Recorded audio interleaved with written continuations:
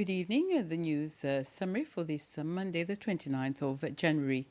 President Wavell Kalawan has congratulated the SDF Special Forces and Coast Guard on the successful interception of the hijacked Sri Lankan vessel.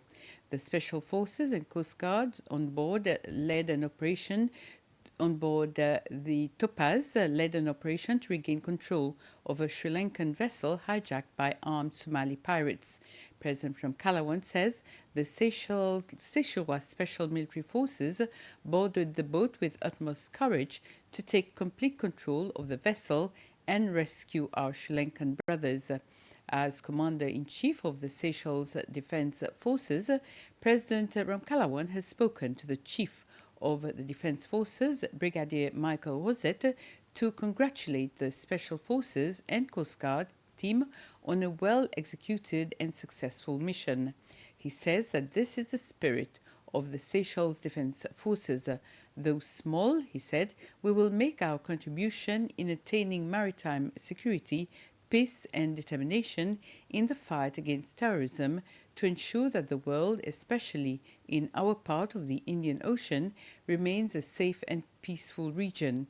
Once again, he reiterated the pride and confidence of the Seychellois nation in the Seychelles Defence Forces.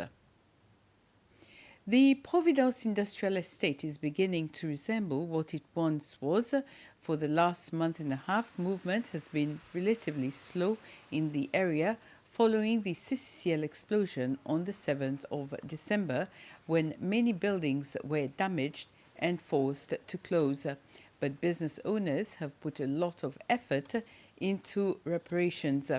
Several have managed to replace the temporary plywood panels with glass and have returned to regular business operations. Several businesses are waiting for responses from their insurance companies before they continue reparations. Business in the area remains slower than usual, but it is showing signs of getting back to normal. The Ministry of Education has signed an MOU with Auto Panel, an auto body repair workshop currently situated in Providence. The MOU signed will allow construction to be done by the Auto Panel on land formerly allocated to the SIT to build a state-of-the-art training facility for SIT students. The Principal Secretary for the Education Sector Development, John L'Espérance, said the training will be beneficial for the students and teachers of SIT. Embraced by the Minister of Education, SIT and their respective partners, including the Minister of Investment and Entrepreneurship, Investment, Entrepreneurship and Industry, and the Industrial Estate Authority, the Auto Panel represent a winning combination. It aligns the private sector with a state provider in a symbolic fashion, mirroring global best practices. The benefits extend to preparing workers with the latest competencies, producing work-ready graduates attuned to market needs, and enhancing overall industry competitiveness. This PPP not only facilitates access to cutting-edge technology for the tertiary student at the SIT, but also allows SIT lecturers to immerse themselves in up-to-date industrial practices, thereby enhancing the quality of education.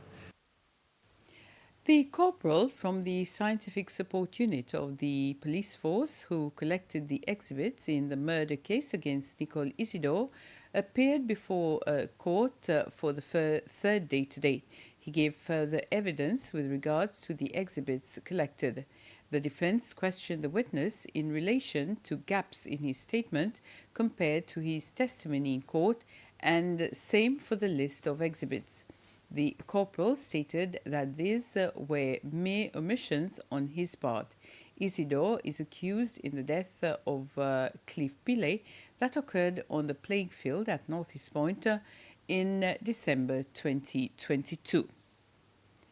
The Department of Heritage has announced the construction of a new administrative building at OCAP. The one-story building and an attic will benefit the staff and the community, says the executive director for the Heritage Department, Benjamin Rose, who says the new building is essential because now they are using the main Grande Case, which dates back to a long back and needs renovation. Ms. Rose said that after the renovation, the Grande Case will be used as a museum. The new building will also have a conference room, and the attic will be used to display various cultural items.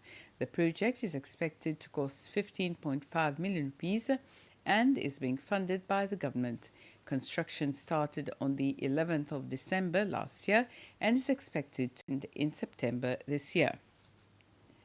The Seychelles Parks and Gardens Authority, the SPGA, held a mass coral outplanting event in the Curious Marine National Park in collaboration with Octopus and White Tip Dive Centres based on Pralin. The SPGA has been collecting corals of opportunity within the marine park and placing them in ocean-based nurseries. They then plant them in degraded reef sites to help in recovery. A total of 600 corals have been planted in this recent operation, and this before the El Nino phenomenon, which will occur in the coming months. The project was done over a period of 2 days. They used a traditional fish trap and transported the corals from Belare and planted it at the Ansa Papaye transplantation site. This initiative forms part of the SPGA's 6-year coral reef restoration project in the Curious Marine National Park and is funded by the United Nations Development Programme and the Adaptation Fund. And with this, we come to the end of this news summary. I'll be back at 8 with the news in Creole. Have a very pleasant evening.